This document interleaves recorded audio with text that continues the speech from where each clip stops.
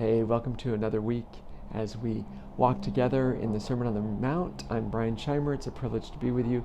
I just am praying for the Spirit of the living God to move powerfully in your life and heart today, to fill you up with joy and peace that passes understanding, and to meet you in your life in every way that you need.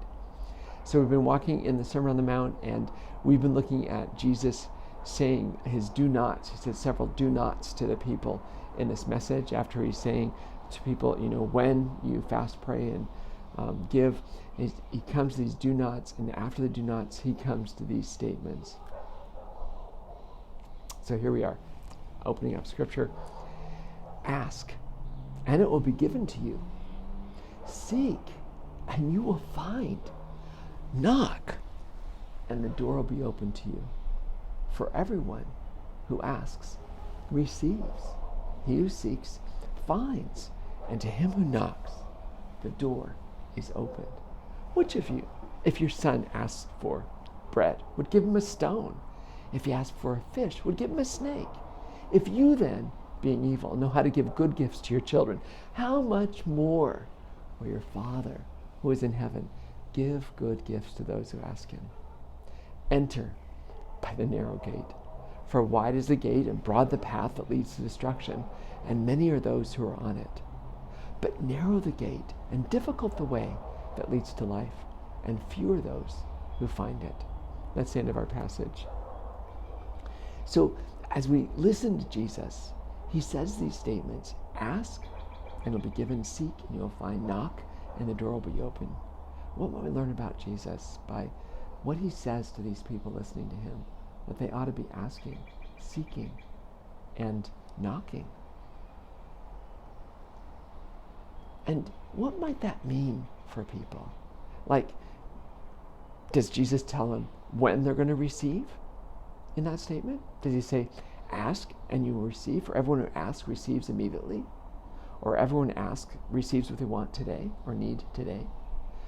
Or everyone who seeks finds today? He doesn't say that, does he? So what can we learn about what Jesus is telling us about God's provisions for your life, for mine?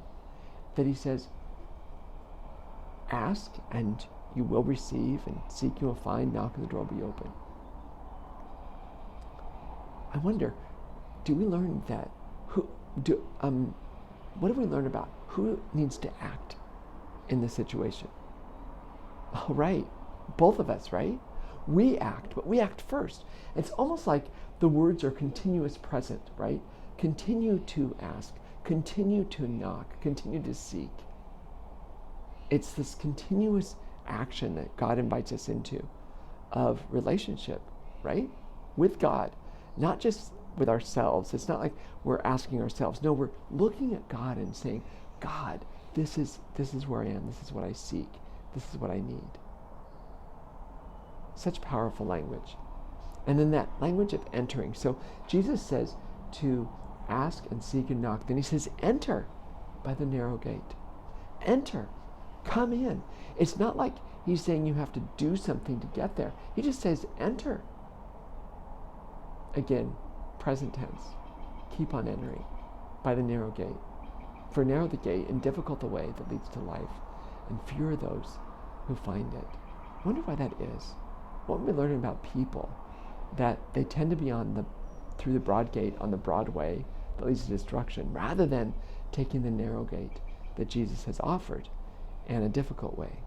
What would that tell us about people, the character of people? What do you think? I wonder if we can learn something about our own lives from this passage of Scripture. Like, can we characterize ourselves as continuing to ask, continuing to seek, continuing to knock, that the door might be open, that the way might be granted to us? Or do we not ask at all and yet expect something to happen? Do not seek at all and yet expect to find something? It seems that Jesus is placing before us this amazing opportunity to step into something. Enter. Enter. Through asking, seeking, and knocking, enter by that narrow gate.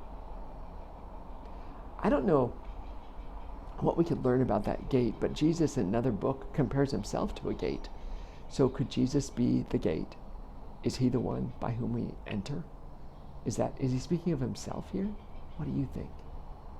May you be directed and guided in your own heart and life today to draw closer to this one that invites you to ask, to seek, to knock, to enter.